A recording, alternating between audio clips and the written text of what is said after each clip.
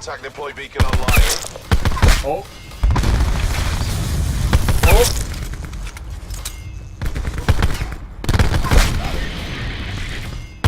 UAV Dude, standing no way. by.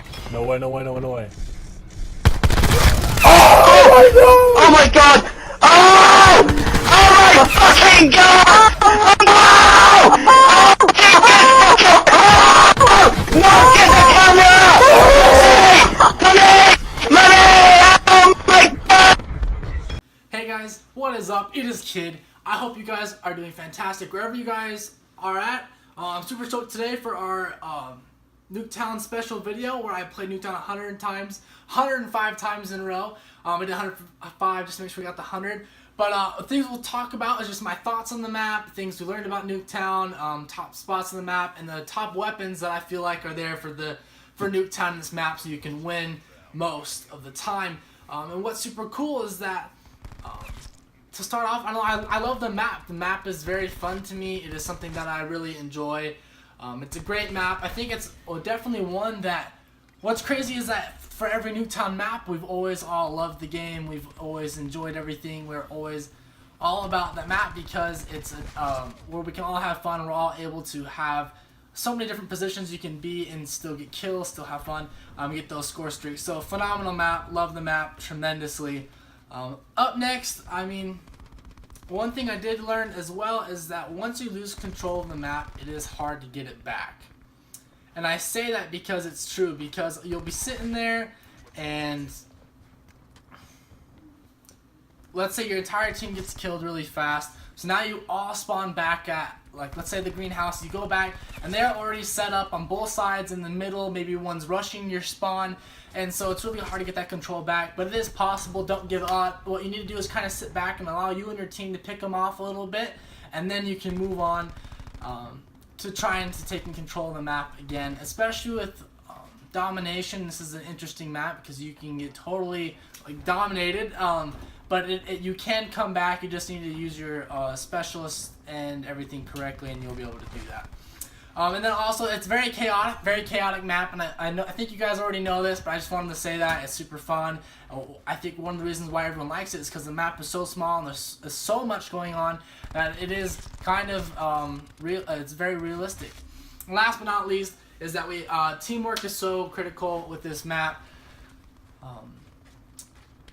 You need to compliment those you're playing with, even if you're playing with a totally random lobby. If there's a guy to your right, you need to be on his left so that, or watch his back or something. You just gotta try to compliment those you're playing with so that you can do better in the game, and so you can win more. Because what happens is if you're all trying to do the same thing or trying to sit in the same spot, it's not gonna work and things aren't gonna go very well.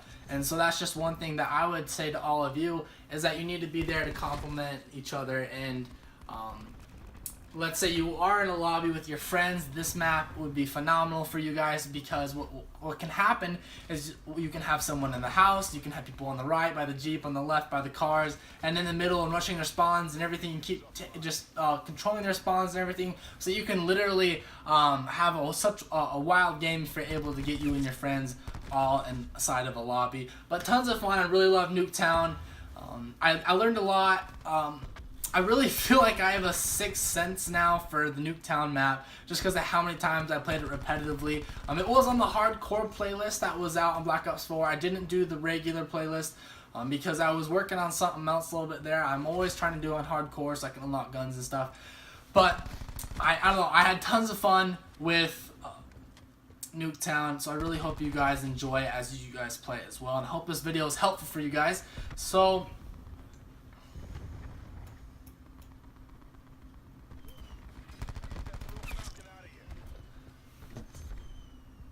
one thing I also did learn, so things I actually learned with this is that spawns are hard to change, so you have to use that to your advantage, and that you'll be able to, as you guys know, so like I was saying, if you have your friends, you have that wild game, let's say that you spawn at the red house and you're trying to trap them in the greenhouse and everything. What happens is you need to get so far in the map where you can stop them from coming into the middle, but don't go into their spawn, so that you can have them just keep spawning at the greenhouse, and then you can kill them. And if for some reason you guys want to rush their spawn at the green, it will flip to the red if you're not there. Let's say your team is in the spawns for the red and green house. What's going to happen is they're going to spawn on sporadically all up in the middle of the map, and the game's trying to give them a chance to surprise you or get a grip on the map, on the game a little bit. So it is very interesting. Spawns very interesting, as you guys know, in Black Ops 4. What else did we learn? The Team Link perk is superb. I don't know about you guys, but this helps so much with my gameplay in general, but especially for Nuketown. And the reason why is because you guys can see my screen. I can see my teammates through the walls, across the map, and everything. They're highlighted like this light blue. And so what's cool about this is if I see my teammates all in one part of the map, I know that the enemy is coming from the other direction, or there could be. I just know where they're not, and so I can look for them in other places. And then also, last but not least, there are specialists that help you really have a good fun game in Nuketown. And these two specialists are Ajax and Battery. And the reason why I say this is Ajax, he has his flash grenade, which you're able to, let's say I'm going to talk as if you're trying to come back. If you're getting dominated, you can flash everybody, go and kill them, or you can use his right shield to take control of the map. Or if you're Battery, you can use your grenades, especially if they're sitting by the Jeep. That is a kind of frustrating spot for people to sit by. You can throw that next to the Jeep. You can blow them up in the Jeep if they have any teammates nearby. And then she also has her grenade launcher, which you're able to shoot everywhere. So if they're by the cars in the Jeep or in the middle in the houses, you can really do that and clear out rooms and parts of the map so your team can advance. So those are really helpful in the game. And I would definitely recommend giving those a try if you haven't already in regular gameplay, but also with regards to definitely with Nuketown. So up next, we're going to talk about different spots in the map. So I have this little thing right here. We have the 4 red locations, a green and a blue. And the red locations are for like during the game. If you can get there, that would be phenomenal. The green and blue are there if you're able to get in the beginning of the game, which can really help your team take control early on, which is very critical in Black Ops 4 games because of how, of how good everyone's getting at the game. So that's crazy cool, but it definitely allows you the different positions that I'll show you guys, the gameplay that I have at these different positions and how they can actually help you control the game. Super cool. So we're going to go ahead and start with the top left, spot number 1. We're going to sit here and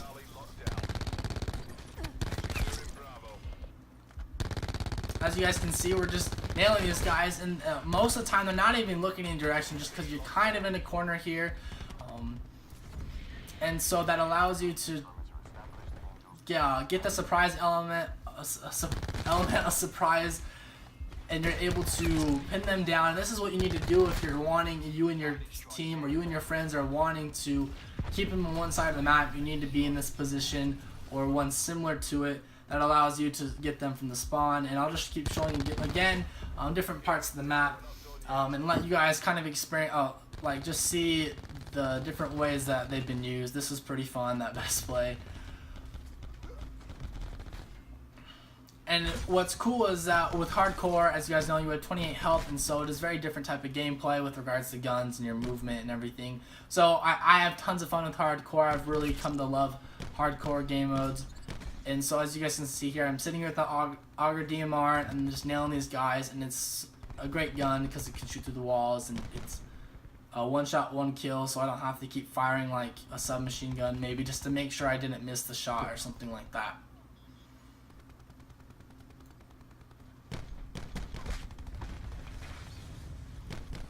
Too good, man. It is too good.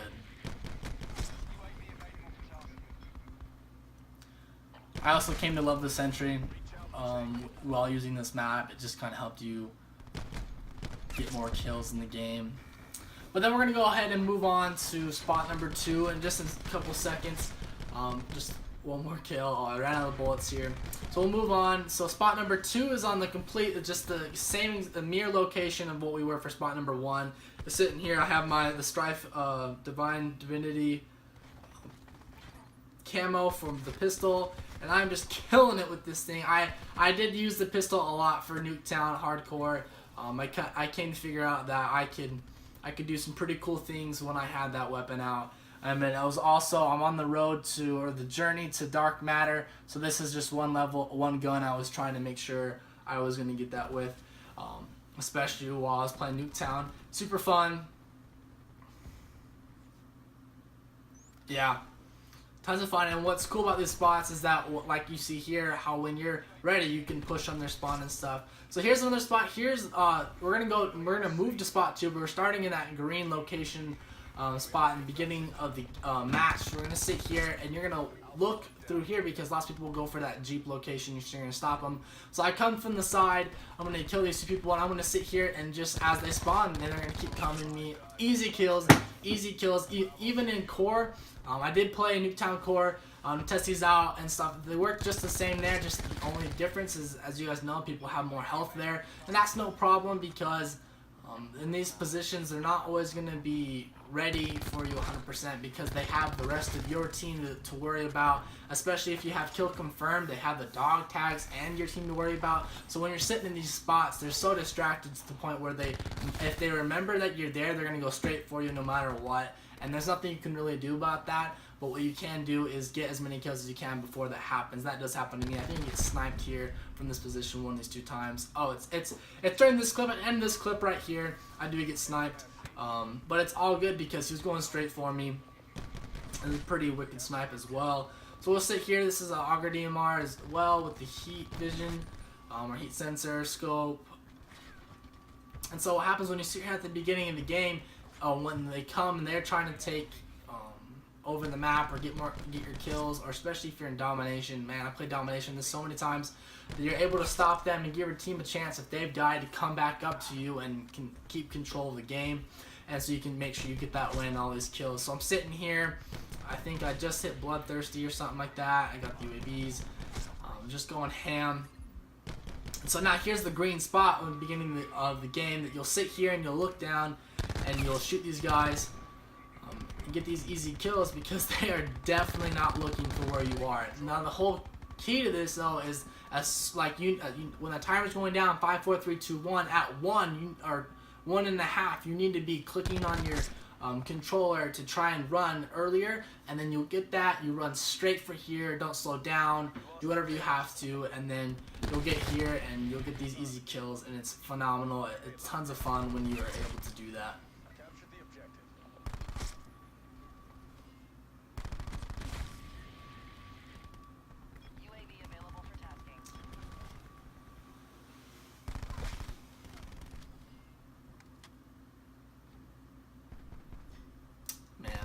I messed up there, but it's all good. So this is spot number 3.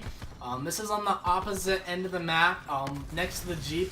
As we stated earlier, like a lot of people, it is kind of frustrating people get here, but let me tell you, it is so worthwhile if you can get here and you can keep control of this spot and kill all your enemies. What I loved here was the pistol because it allowed me to get that precision I needed, and I could make sure I use my bullets wisely because it is very easy to when you don't have a scavenger to lose all your bullets. I think I do in one of these clips in this position or this another spot is I'll run out of bullets, but you sit here and what's crazy is that, like I said, my team isn't pushing their spawn or anything, so they just keep spawning at the greenhouse and we're able to get these kills. I think I get an attack helicopter here.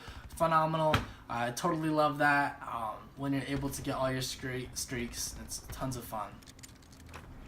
And like right there is where I said like battery comes into play. I think I threw the grenade either just at the front of the house or in the window. But here's spot number 4. It's just to the right of the Jeep.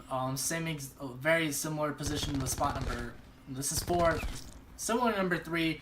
We're sitting here. I'm trying to get the Spitfire golds, and right now I'm on the SOG 9mm, so don't worry, I did get gold for this gun eventually. It took a while though, getting used to the recoil. It helped out a ton with headshots. So we're sitting here, and this one's kind of slow, but it is tons of fun. Watching this one. Oh yeah. It's Jason Bourne. But no, it was tons of fun, and like I said, Jesus Christ, that's Jason Bourne. They got to the point where they stopped pushing me as much, and so you kind of sit here for a second. But I wanted to show you guys what you're able to do when you have this position. See how they're not trying to advance on the map. Like at this point, me and my team have taken full control of this map, and they're not scared of us, but they definitely are being very cautious now, which is all good, because that's a smart play to do after you're getting killed a lot, is to slow it down a little bit on your part and allow you and your team to make a couple good moves and then go do something heroic or phenomenal or awesome, whatever you want to call it.